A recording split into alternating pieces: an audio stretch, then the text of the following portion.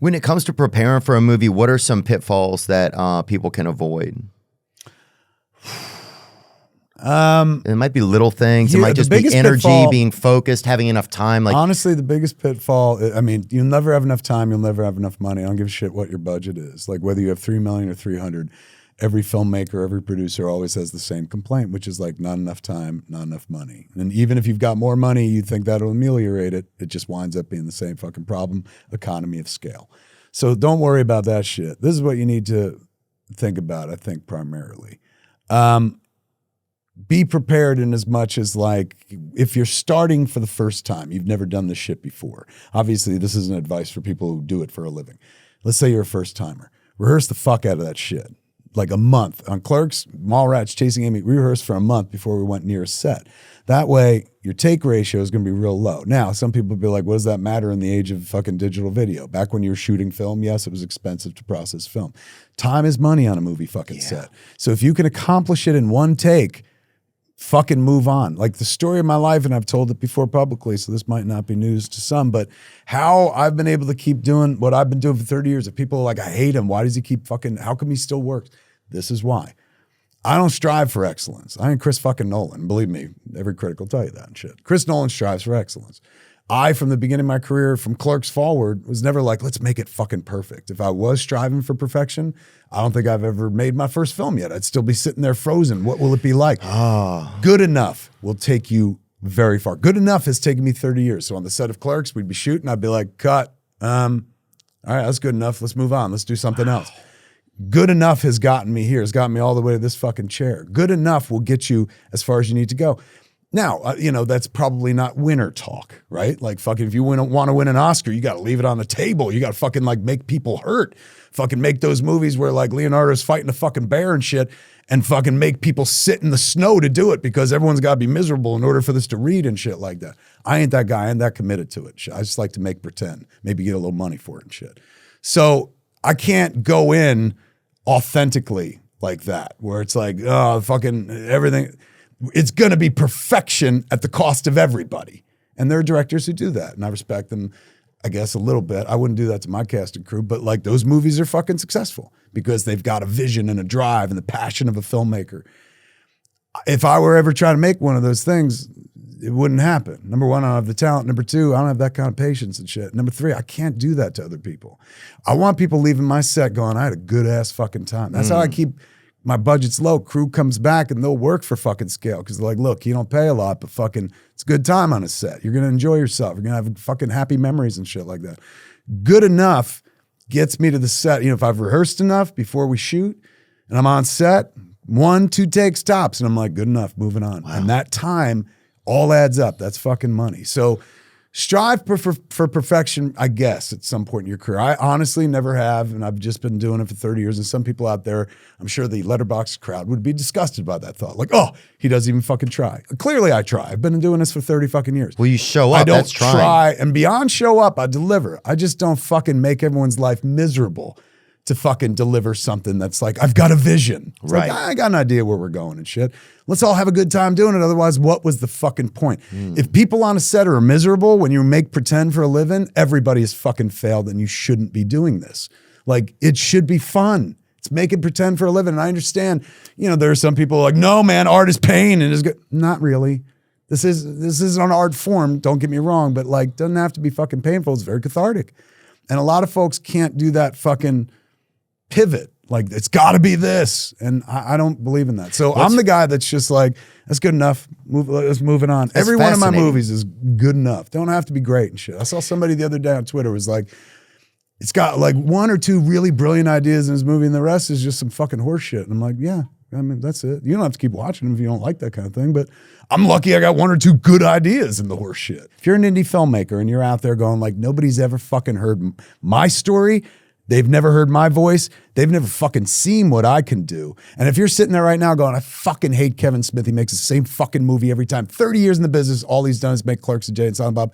Great. Now's your fucking time. Now's your time to shine. Don't sit there, waste your time at home looking at me, hating on me. Use me as your fucking example and stepping stone. Like, if that fucking talentless idiot could do it, then I could fucking do it too. And now is the time for another indie filmmaking movement. Now it feels like, with the frustration of real fucking filmmakers who, I know people that make millions to fucking make movies sitting on their asses because ain't nobody fucking making movies. Could you imagine if the only way you got to do your show is if somebody told you, okay, now you could go? No, you enjoy the independence of like, fucking this past weekend is going to happen when I want it to fucking happen. You're your own fucking boss.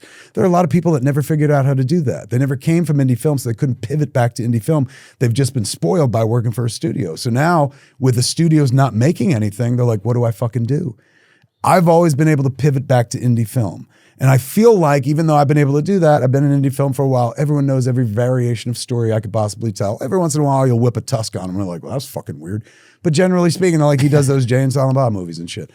Now is the time for an indie filmmaker to come out and be like, here's a fucking story nobody's ever heard. Fuck a TikTok. I mean, I love TikTok, don't get me wrong, but like people that spend their time like doing little videos and shit. If you're a filmmaker, make your fucking film. And now is the time to take your fucking shot, because there is an empty guff in the marketplace for that type of storytelling.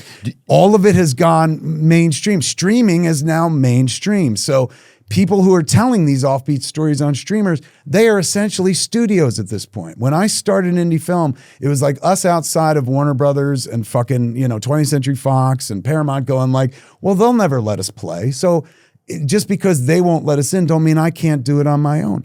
The streamers are that now. So if you're out there going like, well, Netflix will never give me a fucking thing. Great. Go do your fucking thing without them. Hang your own fucking shingle. It's time. People are hungry for that. Do you think it's a good idea to sell direct to consumer, right? Fuck like yes. David Spade and I wrote a movie, and so we're going to try to get it made, and it feels like it's kind of getting close, right? 100%. So, and we're like, could we just put it on a website and sell it right there to people? 100%. But also, you travel out in the world, man. And so imagine you do a comedy tour, but instead your comedy tour is, hey, man, welcome. Tonight we're going to watch the movie, and afterwards we're going to talk about it. All right, so enjoy the show. And then you get to fuck off for 90 minutes. Then you come out, and it's all crowd work because you're just answering fucking questions. That's it. You have the ability to do that. Why do you fucking need anybody else? Or you've got such an audience and such a long tail that you can go into an AMC like a fucking Taylor Swift and be like, I guarantee you that on my podcast that has 200 fucking million downloads per ever, whatever the fuck, that I can make people come to a theater and show a thing. And even if AMC is like, no, we're not interested, then you go to Fathom Events and be like, hey man, I got a movie. I want to put it in screens for like 2 fucking days. And you'll make like 10 million bucks and they'll write stories about how fucking smart you are. So you don't need anybody, Theo. You have the distribution fucking mechanism already in place. You're a loaded gun at all times. You just have to point your audience in the right direction. And what you do is point them to the next show, or a live gig. But if you make a movie with Spade or whoever the fuck, don't fucking sell it until you have milked it and juiced it for everything you personally can, the way you juice your own shit. Then fucking give it up to a streamer. Then give it up to somebody like a home video, company that's going to put it out and shit like that. Because you have the mechanism in place. You already know how to put asses in seats. The big mystery of this business that everyone's always trying to figure out is, how do I get fucking people to show up? You know how to get people to show up. Now this would just be you going, okay, when you show up this time, we're going to do things a little differently. I'm just going to show you a movie, and then we're going to fucking do a comedy show afterwards and stuff. Did you get charge the same thing, and all that money goes right to the fucking flick. And then you would have money now. Then you could start making other cool movies and have your friends be like, this is a script I like, or you could just write it.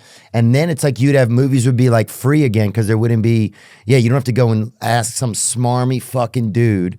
What do you mean free again? Because I'm like, I like this world. Just free meaning you could do whatever you want. You can do what you want. But Theo, you could always do whatever you want. You have the ability to do that. You just have to you always could. How much does it cost to make a movie like that? What's kind of like your highest budget? That'll be 10. If I could get between 8 to 10 for a Jay and Silent Bob type thing, Clerks 3 thing. The 4:30 movie, which is coming out September 13th, presumably. That's what we're here to talk about, but I just came to hang out. I just came for the sales. No, I want to talk a little bit more about that time. Oh, we don't have to. But the 4:30 movie cost $3 million. Wow. Saban financed that. And was it Saban? Saban. Have they financed some of your other films too? They did Jay and Silent Bob reboot. Okay. Years and years ago, they also did the Mighty Morphin Power Rangers. Did they? And how much can you make a real return on a movie like that? You can make a return. You can make your money back and make a little scratch. Yeah. I think that's I think I can stay in the business for as long as for 3 decades when I'm well past my fucking past due date, because I could always pivot to inexpensive. Right. So a lot of people are like, well, it's got to be fucking 20 million or I can't do it. I'm the other guy where I'm like, oh, I could do it for 3. Yeah. Whether we could do it for 3 or not. It's like, we'll get there. We'll cram it into that fucking number. I wouldn't want to be anything fancy. Yeah, and the privilege of like making a movie, like everyone don't get to do that. It's a weird fucking proposition where you say to somebody like, can you give me a lot of money to make pretend? Most people are like, just make pretend by themselves for free and shit. Yeah. And you're like, I can't quite do it. And I realize like my job is such, it's full of shit, man. It's a pack of lies. Basically what I try to do in life is artificially capture a moment that happened to me that made my head or heart feel something so overwhelmingly wonderful that I was like, if I could fucking capture that and put it in a movie and show people how it felt, I bet you other people would identify with that. Capture in the moment though, being a liar for a living and shit like that. That is what making movies is all about. That's why I like podcasting, because it ain't a lie. Basically everything's true. Like you just sit down, start talking, having conversation. Yeah, you try your best. Movies is like, one day someone will try, maybe not this particular moment, but and I've done it in movies. You try to capture a podcast in a movie. Like in Tusk, we have them podcasting and stuff. And once again, that's an artificial snapshot of a moment that made me feel fucking absolute joy. And then you give that moment to the movie, and then the movie goes out to the audience, and the moment stops being just yours. And then for the rest of your life, you interact with that movie. Periodically it comes up and you're watching it and you see this like wonderful, this approximation, this half-ass approximation of some amazing thing that had happened to you. And you go, oh shit, that's right. Like that was mine. But then I shared it with the art form and stuff. Like when you're ramping up to do a movie, things get pretty intense pretty quick, right? And then there's just that day where you have to start. How crazy is that first day? Because that's such it's rare that there's such a huge leap that's going to be so, you can't go back. Like you are moving forward. It's begun. You spend so much time trying to get to that moment that when the moment happens, you're already prepared. You better be fucking prepared. If you're not, it's like, what the fuck were you crying about all this time? Like you knew this was coming. You pushed for this. You wanted this. Right. That's why like after everything I do, no matter what, whether it works or doesn't work, there's 2 things I always say to myself. And generally this is more helpful if it didn't work. One is like, you wanted this. Like, oh my God, you changed the course of human events to make this fucking movie happen and shit. Like you dreamed about this. You somehow found millions of dollars and convinced people to give up their time, do this fucking make pretend with you. So it don't matter if it didn't do what you want. You wanted this. You better fucking enjoy it because it's going to pass quick. And then the second thing I always tell myself is like, what was the alternative? Did you even have an alternative? Was the alternative to not do the thing? Then that's not the alternative, because knowing that I could do the thing and knowing that I could accomplish it and then not doing the thing would eat at me like a fucking cancer. That's sad. When you know you can accomplish the thing, but you don't do it because you're like, nah, well, fucking what if somebody don't like it? Like I mentioned before, like we drop in this. So scary though. It's all creativity it's like is scary. Your butthole to somebody. But think about that's why this is a safe environment. You create a thing where you're like, these are my rules, my house, and you don't worry when a new episode goes up. You don't even think about it. You feel like, oh, I recorded that a couple days ago or last week or something like that. But you've built the thing for yourself that is so fucking foolproof, and you can sidestep the world of rejection and the world of no. You enter here and you created a world of yes for yourself. So you don't have that weird trepidation at the beginning of every show because you're like, I engineered this to be as easy for me as fucking breathing and shit. When you're making a flick or something like that, there are way more people involved and shit. And you've also been dying to do this. Sometimes it's taken 10 years to get to that fucking moment. We've been working on this, trying to get this movie together. All the agents haven't done anything. So finally we got some of our own friends and stuff, and we're going to put in some of our own money. That's what I was going to say. Like, dude, based on that Celsius case, there's no fucking way that you don't have enough of your own fucking screw. You probably got it in your pocket. Just be like, oh, yeah, I wish, dude. You can have that thing, brother. I'm sending that to you. It is so possible to do. You've gotten to direct a lot of, you got to direct George Carlin. You've gotten to direct Ben Affleck. Anything that stands out to you about talented men like that in general, or talented actors in general? Anything that they all have in common, or something that you notice about people that are able to grab people's attention? It's a cool question. I like it. Let me see. Is there such a thing as like, that person's got it? I do believe in that. Like, Yeah, I what guess are the that's what kids I'm called asking. today? Riz? Riz, yeah. Aura. Aura, that's the new word? Thank Yeah. you. I Thank think you. anyway. I'm not Anytime sure. I get a new word, I dial my clock back a little bit. Aura, kids. Yeah. But let's just go with the Riz, which was like, 10 minutes ago or whatever the fuck. The ones that got the Riz, those are the ones you know about. Like, they work a lot because they've got this like natural charisma where it's like camera loves them. They know how to be exactly in front of a camera. You know, somebody like Brad Pitt, born to be in front of a camera. Yeah. You know, and one could argue like, well, over time he learned how to be in front of a camera. Sure, maybe, but like, number one, he's attractive to look at. In the movies, we like to look at attractive people and stuff. Number two, he seems very relaxed and natural. So you never like, he's acting. It almost seems like he's fucking underacting a lot of times. He's just not phoning it in, but he ain't trying, man. You don't get the feeling this thirsty motherfucker's really going for it. Just there. And he eats all the time in the movies. He's always just sitting there fucking eating and shit. Yeah. Casual as fuck. So that dude's got like dripping with charisma. That's why he's a goddamn movie star. So all of them, when you reach that level, like where you're casting people who've been in other things that are famous, they all got the Riz. They're all Jedis. Like at a certain point, you start working with complete Jedis across the board. It's just a fucking matter of how Jedi are they? How fucking powerful are they and stuff? Like everyone could do it, but like some people are exceptional. So Michael Parks, the guy that was in Red State for us and Tusk, he's the crazy old man in Red State and Tusk. He passed on, rest in power. That dude was like, brilliant. The finest actor I've ever met, my best actor I've ever met in my life. He gives an 8-minute hate speech in Red State that, like, I'm not going to say it almost convinces you, but like you forget that it's a vile fucking speech that he's giving because it's delivered so incredibly well and through the Southern patois that he chose and stuff. That guy has had it. He's passed now. But yes, to answer the question, absolutely. I think it's there's other words for it. People, you always say they got it, but for lack of a better description, it would be the Riz. They got the Riz and ready to go, man. Like, this is a story I tell an awful lot. So if you've heard this in another place, I apologize. But when I was making the 4:30 movie, and this ain't to bring it back to that, no, but like it's relevant to just this conversation. I was shooting a scene with the three boys. They're in the car and they're just like fucking goofing off while they're driving, dancing while they drive, playing Chaka Khan's "I Feel For You." So they were, for direction, I went over to the vehicle and I was like, kids, you're just goofing around and dance, whatever the fuck, do whatever you want, just as long as you make it iconic. And I walked away. And that fucked all of their heads up. I had no idea. Like Nick, who plays Bernie in the movie, was like, that's your fucking direction? Make it iconic? That's a little fucking pressure, don't you think? And I was like, well, no. I said, oh. Then I realized I have the benefit of experience. I've been doing this for 30 years.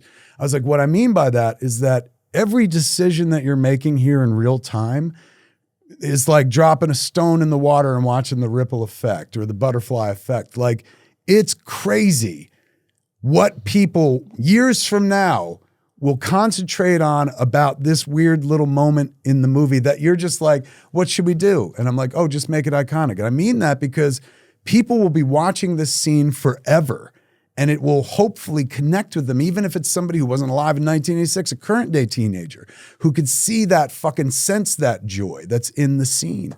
So these things we do in the moment, like this it passes and it's just a fucking Kevin Smith movie, but I promise you, this movie is going to be somebody's fucking life preserver. This is going to be their buoy that's going to keep them fucking drowning. And I know that because I've been doing it 30 years. And I was at the Dallas Fan Expo like last year. And a guy came up to me, he was like in his maybe early 30s, late 20s, early 30s. And he had a copy of Mallrats on VHS. Very well-worn copy and shit. I was like, holy shit, look at this fucking ancient piece of Americana. I mean, how many times you watch this? He goes, a lot. I said, who am I signing it to? He goes, I want you to make it out to my son. Gave me his son's name. I was like, what's the story there? You get a few minutes to have this exchange. Then my man rocks my fucking world. And he goes, I'm going to give this to my son when he's older. He's gone, this is the movie that saved my life. And I'm like, thank you. And you hear that a lot. I'm sure you've heard that too, where people are like, bro, your show saved my life or blah, blah, blah. Or sometimes I'm driving, you're the difference between me going crazy and not. Or I saw your stand-up special that made me fucking laugh and I needed that on that day because I was circling the fucking drain. So in this business, we have experience with people that perhaps overly express it by saying something like, oh my God, fucking your shit saved my life and stuff. So I've heard that sentiment and I know how to receive it. And I'm like, oh my God, thank you. That's so kind. And he goes, no, I'm serious. He's going, my father used to beat the shit out of me every day after school. I'd come home and he would mercilessly, relentlessly beat me to the point of fucking near dying. Wow. He's like, and then I would crawl to my bedroom, bloody mess, and I would close the bedroom door and I'd put in Mallrats and I would escape to the mall with T.S. and Brody and Jay and Silent Bob. And he's going, and that was my happy place. And that's how I survived living with my father through this fucking tape. He goes, now I have a son. And he's going, and I would never be the piece of shit that my fucking father was to me my whole life. Wow. And I want to give my kid this tape when he's old enough so he understands he could survive anything because his father survived the absolute worst. And this was what he clung to. Wow. And naturally, I gave him a big hug and I was like, no, dude, you survived that shit. Like, fucking, this is just a movie that might have helped. But like, when you share of yourself like that, and you go off and make, and you know, don't matter what it is. When it comes to movies, they have this weird impact. It doesn't matter what we do when it comes to this show, when it comes to your live shows, but particularly when you make something like a movie, people cherish that kind of thing because you're in and out. There's an engagement period. 90 minutes to 2 hours is going to take you on a ride and then bring you back and leave you where you were. So everyone knows what to expect in that. And over the course of their lifetime, they've turned to movies in times of trial. Oh, yeah. I watch Family Man every year to feel good. So you create that and you become that for somebody else. So the movie you're talking about making with Spade, I guarantee you one day somebody comes up to you and tells you a story as fucking heartbreaking yet as wonderful as that, which is like, something you didn't even give that much thought to. Like if my man came up to you, he was like, Dogma saved my life. I'd be like, oh, I understand it, man. Like fucking, I worked hard on that. And that movie's pretty fucking profound on some levels and shit. Yes, it has a lot of butt fucking jokes, but I like to balance it out. But when somebody tells you like Mallrats saved their life, you're like, I wasn't thinking of that when I made that movie. Do you think 25-year-old Kevin Smith was going, this is going to save somebody's life. Hold on. Jay, get ready to fucking swing me across the fucking mall. And you know, you don't think about that. So when I told the kids, make it iconic, that's what it comes down to. Even the things you're not thinking about that as being important, you think are dismissive or just, oh, it's just a moment in a movie. Someone will find that as the buoy that keeps them from fucking drowning. So every moment then is kind of important, but isn't that the lesson of life in general? Every moment is kind of important, man.